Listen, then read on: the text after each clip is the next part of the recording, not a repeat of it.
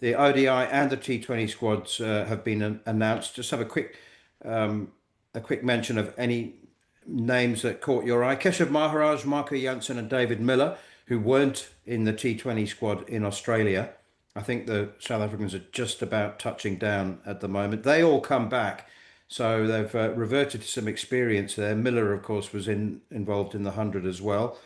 Rassi Fonadesson and George Linder, who recently played for the Trent Rockets, have been left out.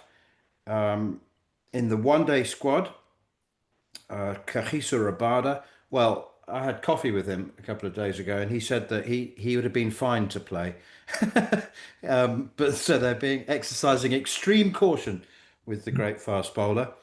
And these are the first squads from South Africa to be announced under a selection convener. They haven't had a selector other than the coach for the last 3 years. So that's interesting to me anyway. Any other of the South Africans that caught your eye? No, I've just seen that they've come with an experienced, especially the T20 squad. We've got the T20 World Cup around the corner, and the Janssen, Maharaj, Miller back in. That makes a lot of sense. I think England in that series are. You look at England's squad. We spoke about it last week. England are very, very strong. So that should be a really, really good series. That T20 series. I was going to ask you about the Rabada, but you've just mentioned it there. You know, the difference between South Africa winning a world tournament, you know, in the white ball format.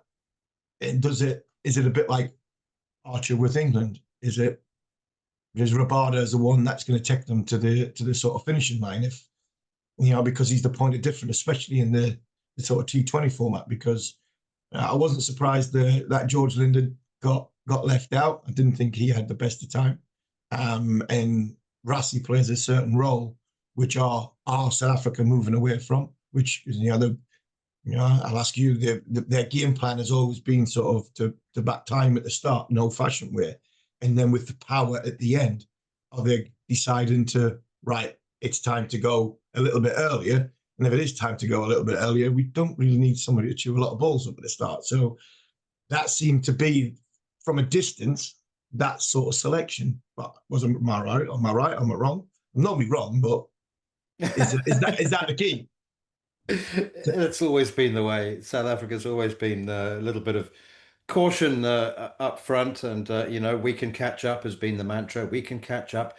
The other thing is that they don't have a Phil Salt. There aren't too many dynamic, explosive openers at the top of the T20 game, but I do think that they're trying to move away from that. The head coach Shukri Conrad has been in charge of selection since he was in charge of the Test team and now all formats. So he wants to introduce that. He said a couple of days ago in Cairns that he wanted his team to show off more. He wanted them to believe in themselves. He wanted them all to bat a little bit more like Devalt Brevis, who's in both squads and is seriously exciting. Anyway, look, we'll talk more about that series coming up. But just go on the selection convener, because that's big for South Africa, isn't it? Because you said they haven't had one for a long, long time. England have got a sort of selection panel, i.e., they've got Rob Key, Luke Wright, and then the captains and the coach, basically. But why have South Africa gone down this road? Is it because we've got one coach for all formats and he needs a bit of help? Or is it like, what sometimes South Africa do and Pakistan do and the West Indies do, kick themselves in the foot when they decide, when things are going well for them, they decide to change some things? Because it seems as though South African cricket's going on the up, and it should be Conrad going to be happy with somebody coming in and sort of helping him pick the squads? Or is it important because of the amount of cricket being played and you've only got one coach?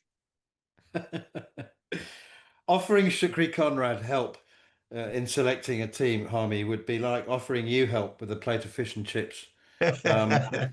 He does not. Just giving me one fork. He does not need help. He does not want help. He said a couple of months ago, when it was mooted that a selection convener would be appointed, he said that he was unhappy with that. He said cricket has never been a democracy, and what's wrong with me doing it? I think that there is a concern that there are inherent concerns with the coach being the sole selector, Harmy, as you know. Mm, Fine to have the casting vote, but honestly, there are problems. Players don't talk honestly necessarily, do they? To a mm, coach if their place is on the line and he's the sole selector. Coach, I'm struggling a bit with my confidence. I'm just battling a bit with this aspect or that aspect. Is the coach going to go, well, that's fine. He can sort it out in the next game. I'm still picking it. No, probably not. And I do think that it's the right thing. But, there's been a noticeable lack of entente between the new convener and the coach. They haven't sort of, issued a joint statement saying we're going to get on, we're going to work together. So we'll see. We'll monitor that. Anyway, the first game is at Headingley on Tuesday.